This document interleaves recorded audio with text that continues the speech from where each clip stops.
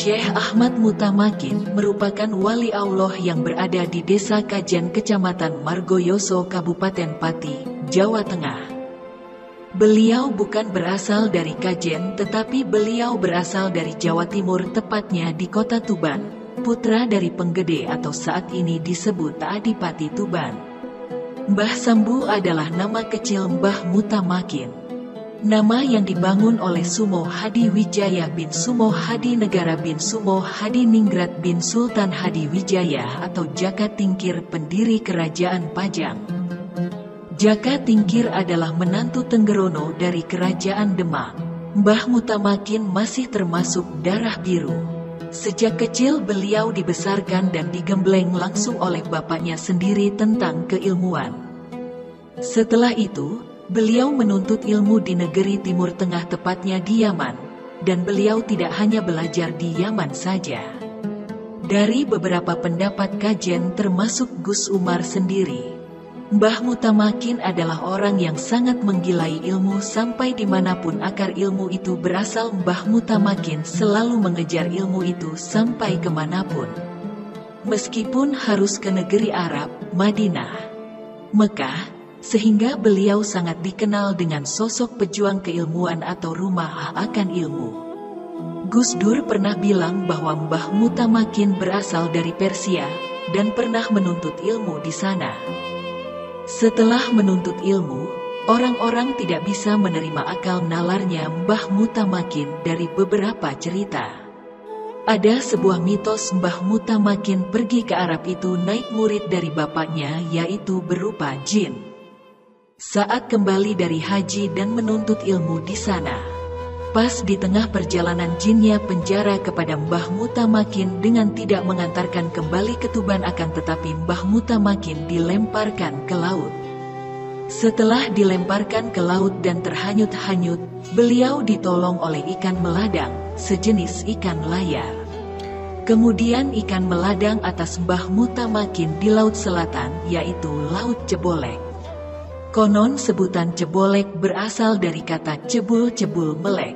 Oleh sebab itu, anak cucu atau masyarakat Kajen dilarang memakan ikan meladang dan hukumnya haram. Karena ikan tidak dipercaya oleh masyarakat lokal, ikan tersebut telah menolong Mbah Mutamakin, sosok yang berperan penting dalam penyebaran Islam di Kajen. Hal ini sangat tidak percaya. Setelah beliau sampai di Cebolek, beliau berpindah-pindah ke daerah-daerah lain, yaitu di Bulu Manis yang khususnya di Sawah Bango atau sekarang disebut Desa Bulu Manis Lor. Di sana juga ditemukan sumur Mbah Mutamakin. Jadi, sebelum Mbah Mutamakin ke Kajen, beliau ke Buluman terlebih dahulu. Setelah dari Bulu Manis mengarah ke Cebolek bagian selatan yang bertepatan di Madrasah Aliyah Ianatut Tholibin Cebolek. Kemudian dari arah tersebut ke barat sampai pondoknya Ulil Absor Abdallah. Di situ beliau meninggalkan tempat wudunya yang sampai saat ini dapat membuktikan bahwa Mbah Mutamakin pernah tinggal di sana. Pada malam hari, setelah sholat Isya, beliau melihat sebuah cahaya dari barat yang menjulang arah bumi, menjulang ke langit. Ketika itu Mbah Mutamakin bertanya, "Ini cahaya apa?"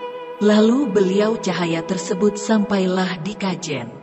Dan ketika itu, beliau bertemu sama Mbah Surya Alam atau Mbah Syamsuddin atau yang disebut sebagai pawang atau dayangnya Desa Kajen. Ada pendapat bahwa cahaya itu pancaran dari Mbah Syamsuddin. Setelah Mbah Mutamakin menjumpai Mbah Syamsuddin menganggap bahwa Mbah Mutamakin adalah seorang ilmuwan yang memiliki ilmu yang tinggi, ulama besar. Lalu Mbah Syamsuddin mempersilahkan untuk masuk ke rumah. Singkat cerita, Mbah Mutamakin dinikahkan dengan putrinya yang bernama Nyai Hodimah. Akhirnya beliau menetaplah di Kajen dan beliau diberi tanggung jawab oleh Mbah Syamsuddin untuk melanjutkan perjuangan muri-muri agomo. Bersama Mbah Syamsuddin beliau mendirikan masjid dan padepokan yang sekarang bernama pesantren. Dan di sekeliling makam itu merupakan padepokannya Mbah Mutamakin. Yang awal mulanya tidak ada kesengajaan beliau datang ke Kajen yang ditakdirkan oleh Allah untuk datang di Kajen dan tinggal di Kajen. Mbah Mutamakin itu hidup sekitar pada abad 18 abad akhir tahun 1695 sampai 1700-an awal. Awal berdirinya Masjid Kajen tahun 1695. Pada abad ke-17 sampai ke-18 awal pada tahun-tahun 1695 sampai tahun 1725 itu saat Keraton Solo gempar Mbah Mutamakin sidang ke Solo yang saat itu Solo pecah menjadi Kolo dan Jogja pada saat itu Kajen sudah ada.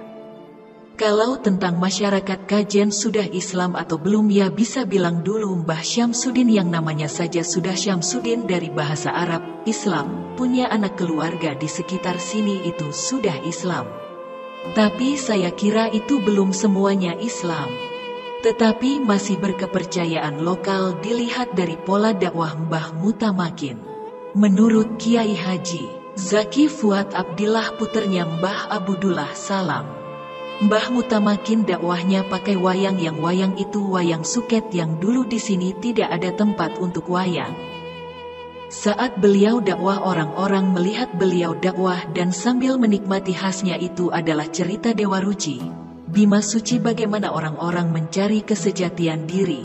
Mbah Mutamakin itu sangat ahli tasawuf, fikih, ilmu balagah, ilmu sastra tapi beliau tetap sangat tawadu sekali. Bahkan beliau memilih jalur sunyi tetap berdakwah di Kajen dan tidak kembali ke Tuban. Padahal kalau beliau kembali ke Tuban bisa saja menjadi putra mahkota. Tetapi Allah berkehendak ditetapkan di Kajen ini sampai Kajen jadi pusat pengembangan agama Islam berkat jasa beliau.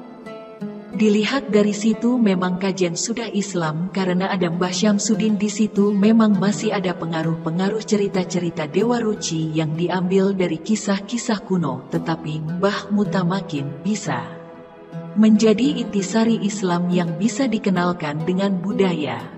Jalan dakwah Mbah Mutamakin itu secara kultural berbeda dengan para kiai yang mungkin beberapa pemikiran berbeda dengan Mbah Mutamakin. Ini syariatnya tidak boleh tetapi Mbah Mutamakin sangat fleksibel dan pendekatan-pendekatan secara budaya-budaya yaitu seperti dengan wayang bahkan pemberdayakan masyarakat beliau membuat mata air. Dan beliau ahli imigrasi, mengimigrasikan sawah-sawah Bulu Manis dan sekitarnya. Beliau juga berperan sebagai ahli sosial. Tidak hanya dalam keilmuan agama dilihat dari Mbah Ronggo Kusumo Ngemplak itu adalah salah satu murid Mbah Mutamakin yang terkenal dalam bidang ekonomi itu karena sangat memperdaya dari dakwahnya itu. Sampai masyarakat tidak terasa. Masyarakat pun langsung masuk Islam secara panggilan hati nurani tanpa adanya paksaan. Saat Islam dikenalkan tidak hanya serta-merta hukum Islam saja, tetapi bagaimana masyarakat itu tertampung terwadai kebutuhan mereka mulai dari kebutuhan sehari-harinya, kebutuhan batin dan dohir. Menurut buku Zainul Bilal Birzawi dari pendapat para ahli dan para sesepuh Kiai Nur Husain Jabar Mbah Mutamakin dulunya saat di Kajen sendiri mengajarkan tentang tasawuf dan fikih. Menerangkan tentang Islam yang secara kultural sampai beliau dituduh. Di suatu saat ada tamu dari sarang bertamu dan dijamukan oleh Mbah Mutamakin lauk ikan pindang dimakan sehabis-habisnya. Itu Ita dikomentari oleh Mbah Mutamakin, anjing saya saja makan tidak sampai memakan kepala ikan.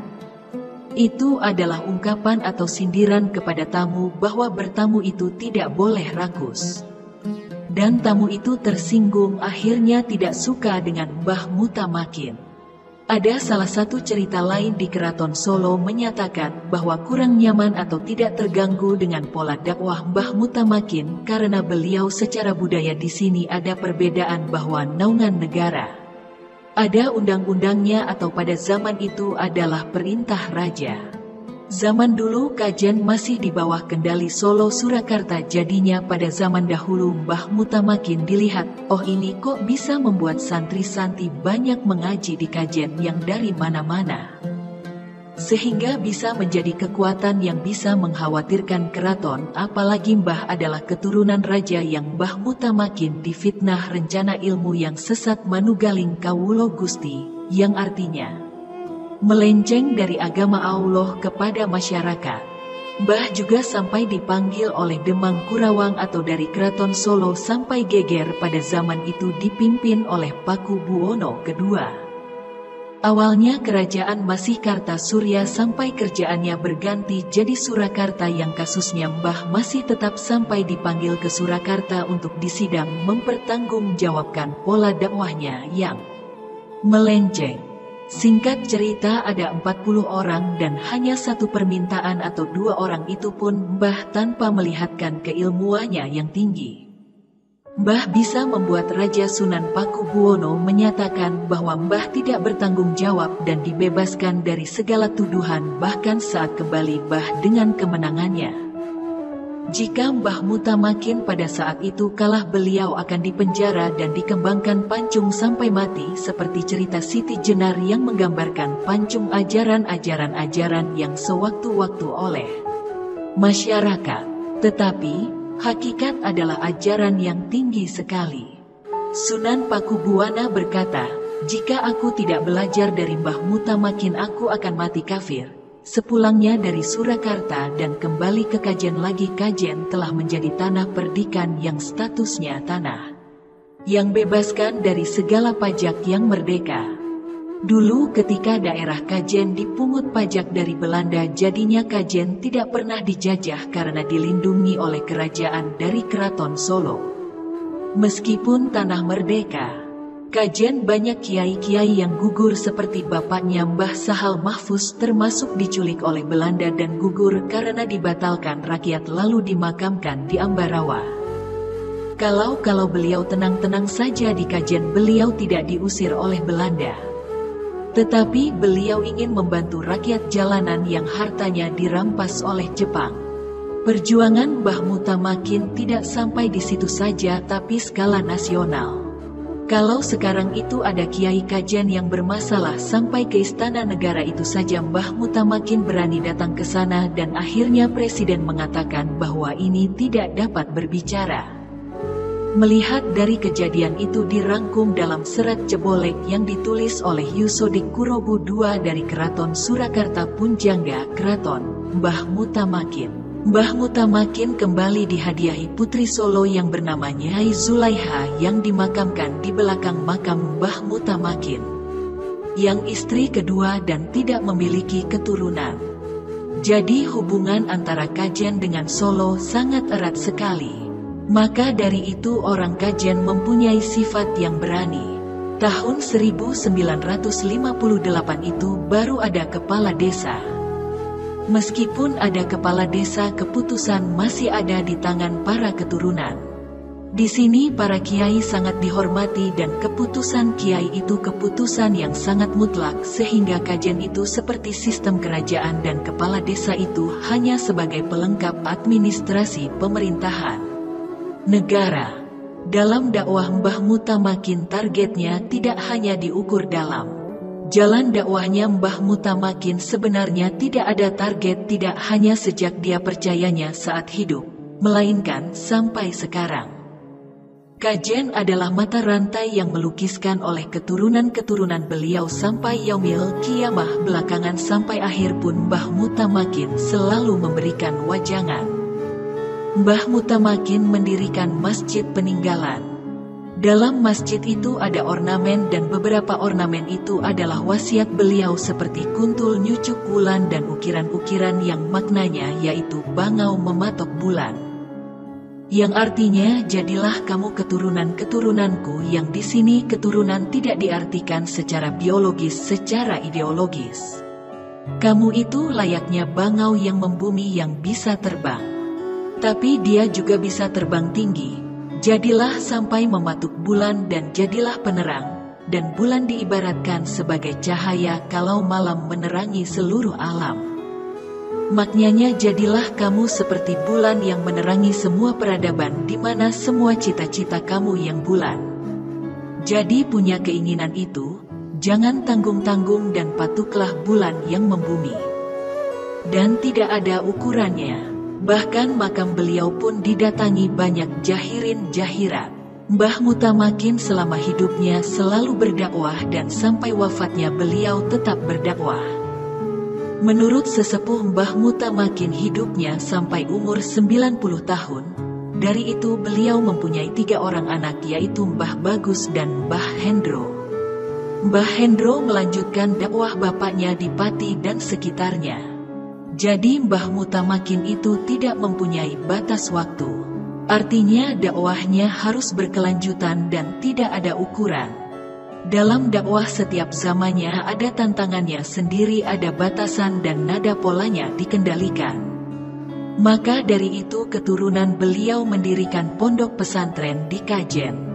Yang belajar di sekitar 50 pondok di Kajen, dan itu belum di sekitarnya tidak kurang dari 20.000 santri belajar di Kajen yang menuntut ilmu di madrasah Kajen seperti di Mataliul Falah, Salafiyah dan sekitar Kajen. Mereka belajar adalah tempat inspirasi atau pionir ulama yang berjuangan di jalan ilmu mengangkat harkat martabat derajat manusia. Wilayah Kajen itu sekitar 60 hektar. Tidak ada sawah dan ladang, betul-betul hanya perumahan. Bahkan, lapangan pun tidak ada yang isinya hanya pondok saja. Tapi mereka kenapa malah desa Kajen didatangi banyak orang sampai puluhan ribu karena desa Kajen mempunyai banyak ilmu. Siapa orang yang beriman dan menuntut ilmu itu ditinggikan derajatnya oleh Allah Subhanahu Ta'ala. Itu adalah pesan dari Mbah Mutamakin. Mbah tidak mewariskan apa-apa tetapi meminta muridnya untuk menuntut ilmu kemana saja. Begitulah kurang lebihnya cerita Mbah Kiai Ahmad Mutamakin Kajen Margoyoso Pati. Terima kasih sudah menonton video ini. Jangan lupa subscribe agar dapat notifikasi video yang terbaru.